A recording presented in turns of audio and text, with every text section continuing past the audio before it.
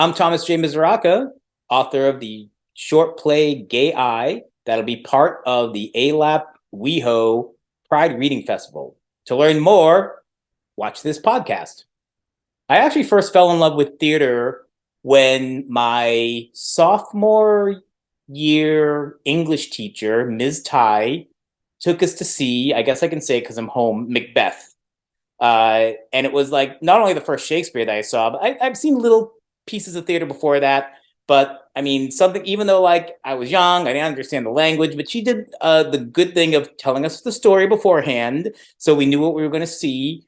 But I mean, it was just amazing, especially at the end, coming out with some guy's head on a stick, like it doesn't get any better and bloodier than that. And just something about it just really stuck with me. And I've always wanted to write. As for writing theater, that came a little bit later. I loved writing short stories and novels. And even when I was doing that, I would write a little play scene here and there.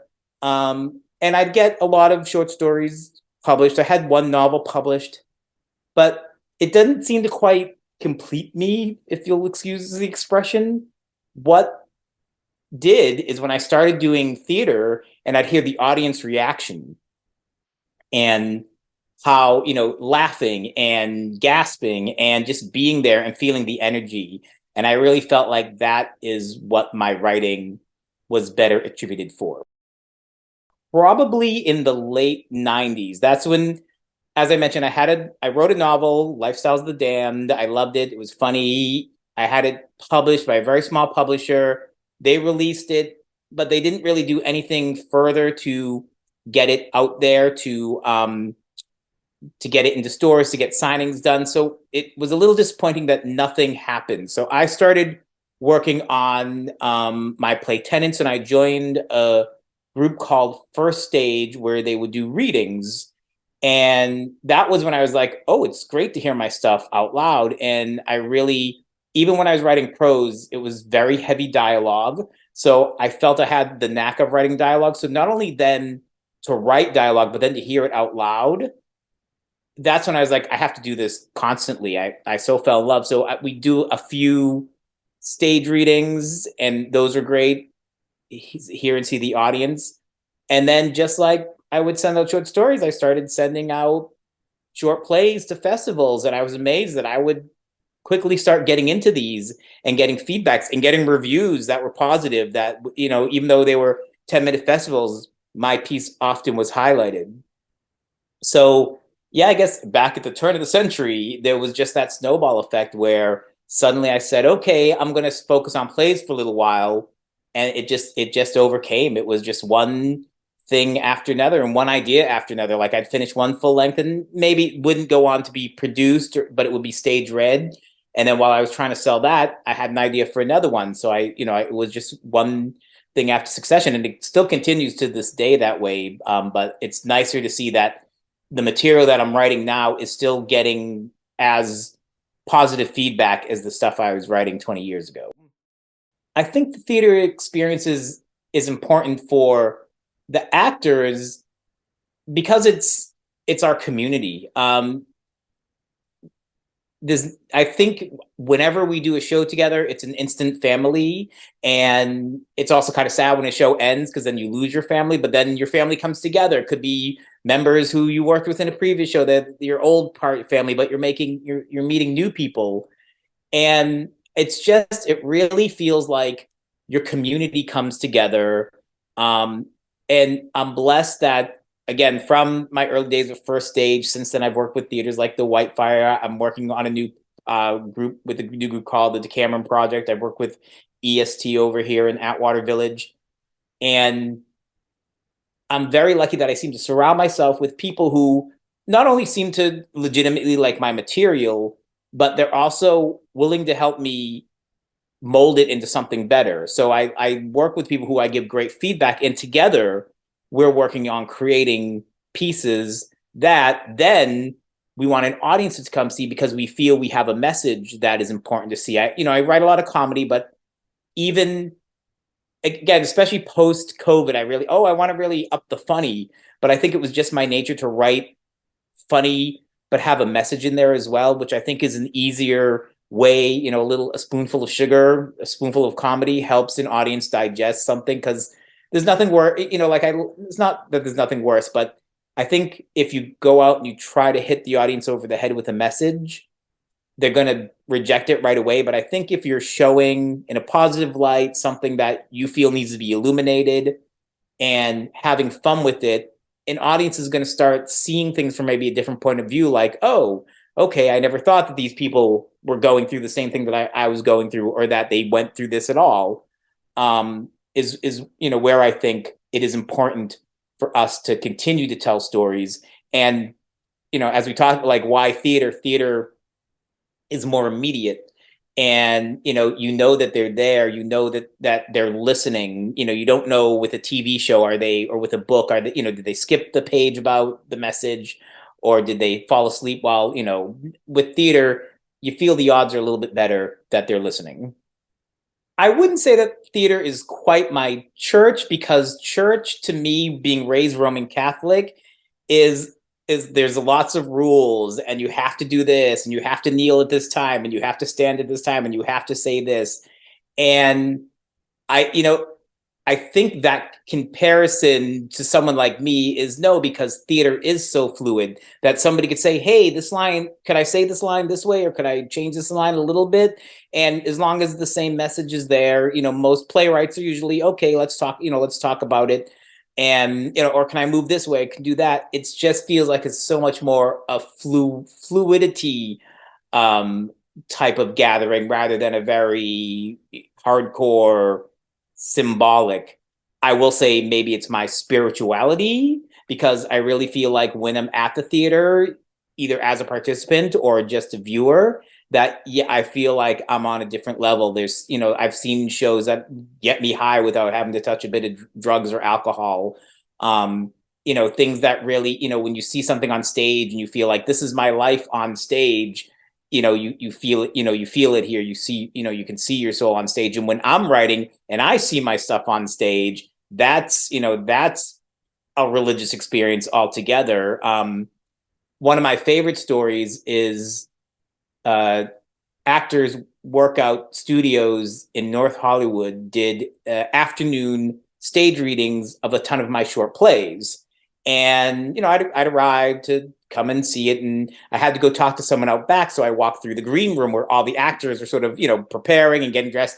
And it was like walking through my subconscious, because here's all these characters that, because I hadn't been to any of the rehearsals or anything. So it was great to see, like, again, I had to be like, oh, they're playing that person and they're playing that person. So, I mean, that in alone, and it's, again, is like, it just felt like, you know, I was in heaven walking through, you know, memories of my past, of characters that I'd created. My process in creating and writing a play sometimes varies, but not usually. I'll get an idea, and those ideas can come from anywhere. Sometimes it'll come from me reading a book, and it's not like I'm reading a book and, oh, this inspired. Like, it's literally like a line, one thought, one something triggers something in my brain that says, hey, wait, how would this roll if it goes in a other direction? So, like, once that finished product would have nothing to do with the original source material, or, you know, again, like a TV show where there's a little mention of something, or just a situation where I would see someone doing something, like, oh, what if it goes the other, you know, a lot of it's like, that's how it goes, but what if it goes the other way, or something changes? So this idea will come, and if it's one of those are just, it's not going away. Like, I had one the other morning where I'm like, this isn't going away. So I sat down with a notebook, pad and pen, and I sat down and I literally said, I'm just going to write the beginner, and then I'll finish and I wrote an entire 10-minute play by hand. I had to, like, do hand exercises afterwards. I was cramping so bad, but it was just coming. It was just coming. And then I take that and I translate it into, you know, final draft, type it in. And as I'm telling the story now, I start thinking more like, okay, does it make sense? Does do the characters end up where they're supposed to? But I still kind of call it, you know, the vomiting, you know, just get everything out on page, and then I'll go back. And then it's just the red pen game, where I used to be printed out, but now I actually like to edit on an iPad in Adobe, and I can just mark things up with the big red pen on there. And it's just back and forth. And Many times I'll have it read at like a workshop that I do with ALAP, and I'll get feedback from them, and then I'll finish it up from there, and then just push it out the door because I could go back and forth 1,000 times. But I'll say sometimes when I'm doing that from hand to pen, something about those, when I get from A through Z there, it almost feels like it doesn't change that much. It's all, yes, like I will spend a week figuring out what this sentence would be to work out well. But as for something, that's when I believe there's a muse, because something just came out of me and it's almost completely formed. It just needs, to be made prettier. I first heard about the Alliance of Los Angeles Playwrights possibly about 15 years ago at the West Hollywood Book Fair, back when they had the West Hollywood Book Fair. And I stumbled upon their booth, and I was unaware that there were such groups for playwrights. I'd been involved with some writing groups, but I'd never quite heard one that was just about playwrights. So I picked up their information, and I said it was a wonderful idea to be together with other playwrights who are all kind of struggling in the same world, where there really is no, it's not like medical school where you do this, you go to school, you go to medical school, you do your intern and your residency. There's no clear path for playwrights. So it was wonderful to be able to meet playwrights of all different, sizes. And, when I went in there, some people thought I was so far ahead of everybody else. And I'm just like, I just feel like I'm going day by day. But it was just wonderful to be able to meet other people, talk about ideas, and talk about how to make the next thing happen, and how to make this happen. And that they also did some, it was, or just to be social, just to hang out with other playwrights who kind of know where you're coming from and know, oh, I have to do this, but then I have a day job and all this other stuff. So it was just great to meet a whole bunch of people with like minds, and and the cheese and champagne didn't hurt either. I can't remember the actual year that the ALAP West Hollywood Festival began. It might have been 2000, like maybe like either late 2000s or early 2010s. But I'd been a member of ALAP, and the moment that they got the grant from West Hollywood in order to perform this showcase, I was a part of it almost every year, and I definitely submitted every year. In 2014, I was actually the first, and I believe only playwright to have both a 10-minute play in the festival as well as a full-length play in the festival. And I think it's wonderful. I think it's great that, first of all, the city of West Hollywood is generous enough to give us the space to be able to bring new works. They don't even have to be by LGBTQ2A+ writers. They can be by anybody who's writing about that world. And I think it's great that there's a place that we can have those stories told. And to me, it's a nice challenge every year to come up with something new, that I feel I always do my best to kind of stitch in time what I feel is either going on in the gay culture or in the world itself that may affect the gay culture or any LGBTQ+ culture. Yeah, definitely. As long as this program goes, I will continue to try to write a new piece for it every year. So when I was thinking of something new to write that I felt would work well for the ALAP WeHo Gay Pride Reading Festival, I thought about how, especially with the writer's strike, we're talking a lot about AI and how it's taking over. And I really thought, okay, well, how would this affect the gay world, or like the dating world? And just like the minute I started thinking about how we don't know how we can, it's getting to the point where we don't know how we can trust what we're seeing on the internet, that could be used for good as well as bad. And I thought, okay, let's see a way that it could be used for good for one gay person. Well, I think I can give a little bit away with that. So this is a story of Vince, who's meeting his friends before a theater outing, and he wants to introduce them to his new boyfriend, who just happens to be an AI, and his friends are not quite ready to deal with that yet. I would like the audience to walk away from Gay.I just kind of talking about the nature of love itself, and it seems like every few generations it has to go through the, oh, that's not the right way to love, or that's not the right way to meet people, or that's not the right way to date people. There always seems to be the gatekeepers on what love is. And it seems like every time like every time those are broken down, there's more things that people say, no, this is not what love is. And um I want people to walk away and just realize you can, or any person can spout out what they think somebody should be doing in their romantic life, but at the end of the day, it's about the person and who they love and how they love, and it really is none of our business as long as that person is happy and not doing anything to hurt them or another person. I am so excited that after 3 years, the ALAP Gay Pride Festival is back in person. Because first, the Zoom plays have been fun, but there's nothing better than to be in the audience with people. First of all, hearing an audience laugh, which you didn't get to hear on Zoom. And since I write a lot of comedies, and this is a comedy with some serious moments to it, I want to hear an audience laugh again. There's nothing like that. I want to see actors on their feet, performing, even though it's a stage reading. There's something more. You forget that the scripts are there after a few minutes, and you're really into them being there.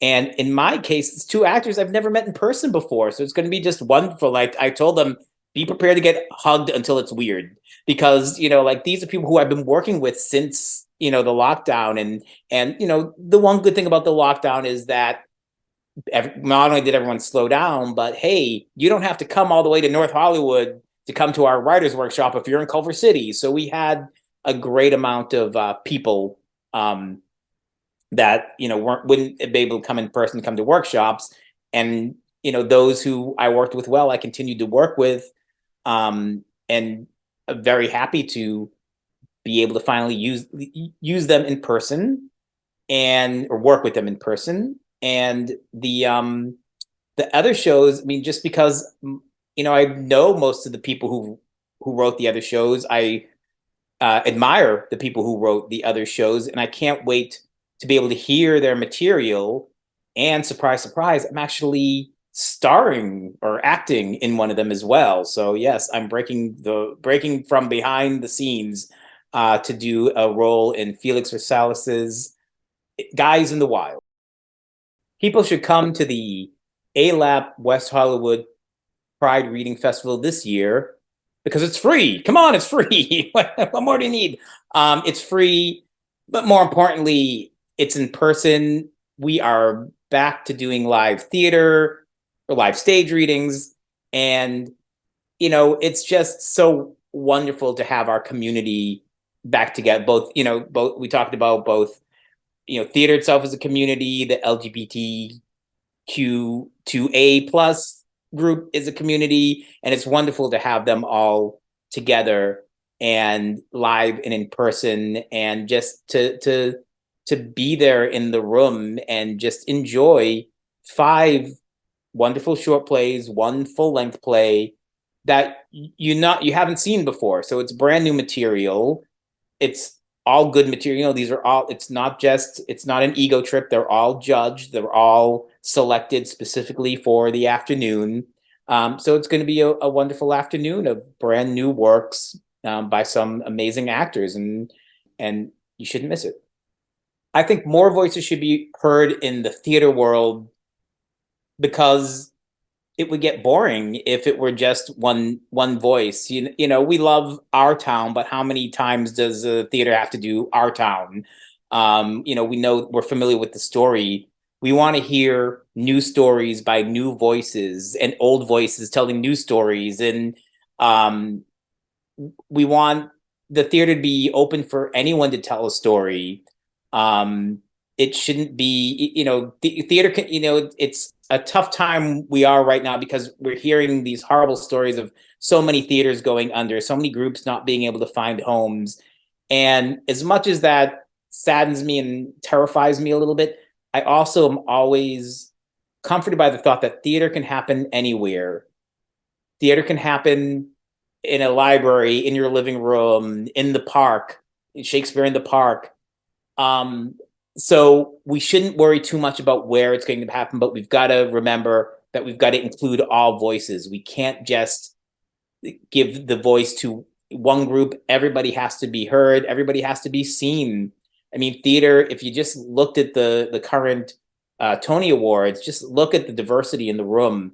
And they've always been cutting edge, even at a time where it seems the voices against diversity are getting a little stronger, but theater still pushes forward because we all feel we have important stories to tell and important people who want to tell those stories.